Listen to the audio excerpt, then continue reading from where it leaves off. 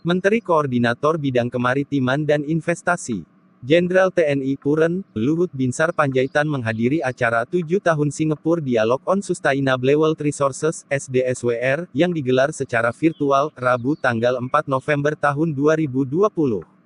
Dalam kesempatan itu, Luhut Binsar Panjaitan membeberkan waktu terkini pelaksanaan vaksinasi COVID-19 di Indonesia.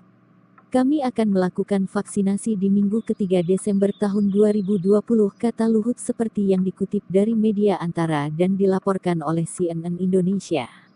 Dia mengatakan, saat ini uji kelayakan vaksin tersebut sudah akurat dan itu hasil kerjasama dengan Sinovac dan Bio Farma. Sudah masuk uji klinis fase ketiga yang digelar di Bandung, Jawa Barat. Untuk bisa melakukan vaksinasi, kata Luhut Binsar Panjaitan, pemerintah Indonesia juga akan menggunakan persetujuan penggunaan darurat Emergency Use Authorization (EUA) dari Badan Pengawas Obat dan Makanan, BPOM Indonesia. Saya rasa, vaksinasi akan segera dilakukan pada sekitar 9 juta orang di wilayah spesifik yang kami percaya berkontribusi besar pada tingginya kasus COVID-19, kata Luhut Binsar Panjaitan. Di Jakarta, misalnya, ada sejumlah area yang kami percaya berkontribusi besar pada kasus COVID-19 dan akan kita berikan mereka suntikan vaksin tersebut. Lewat vaksinasi itu, kata Luhut, pemerintah menargetkan bisa membuat Bali menjadi zona hijau pada awal 2021. Bali jadi zona hijau harapannya pada awal tahun depan karena kita akan mulai vaksinasi mulai minggu ketiga Desember tahun 2020, katanya. Beberapa waktu lalu, Luhut mengungkapkan rencana vaksinasi COVID-19 kemungkinan tidak dapat dilakukan pada pekan kedua November sebagaimana rencana awal. Hal itu dipaparkan Luhut saat menjadi pembicara di Lembaga Ketahanan Nasional, Jakarta, Jumat tanggal 23 Oktober tahun 2020. Tadi Presiden telpon saya. Tadinya rencana kita mau secepatnya, karena barangnya sudah dapat. Rencana minggu kedua November bisa saja.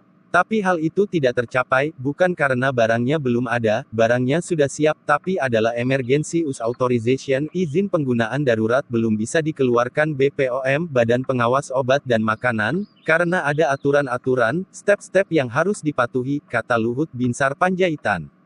Presiden Jokowi mengatakan kepada saya, kata Luhut, keamanan masyarakat harus nomor 1. Vaksin harus dipastikan aman dan sesuai prosedur.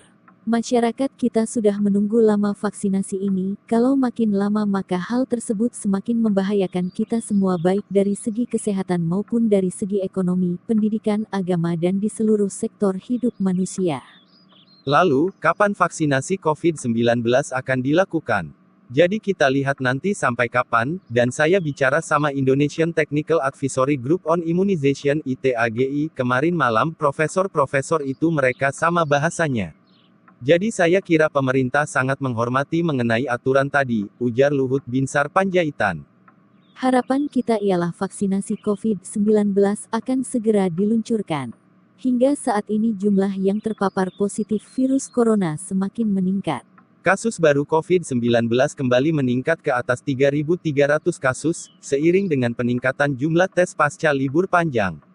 Data Kementerian Kesehatan mengungkapkan bahwa kasus baru harian pada Rabu, tanggal 4 November tahun 2020, hari ini tercatat 3.356 orang sehingga totalnya menjadi 421.731 orang. Ini merupakan penambahan kasus tertinggi sejak tanggal 30 Oktober tahun 2020. Meski demikian, kasus kesembuhan kembali mengalahkan kasus baru harian, yakni 3.785 pasien sembuh. Totalnya ada 353.282 penyintas COVID-19 di Indonesia. Adapun kasus kematian tercatat bertambah 113 orang sehingga menjadi 14.259 orang. Hingga hari ini kasus aktif atau pasien COVID-19 dalam perawatan tersisa 54.190 orang, terendah sejak tanggal 13 September tahun 2020.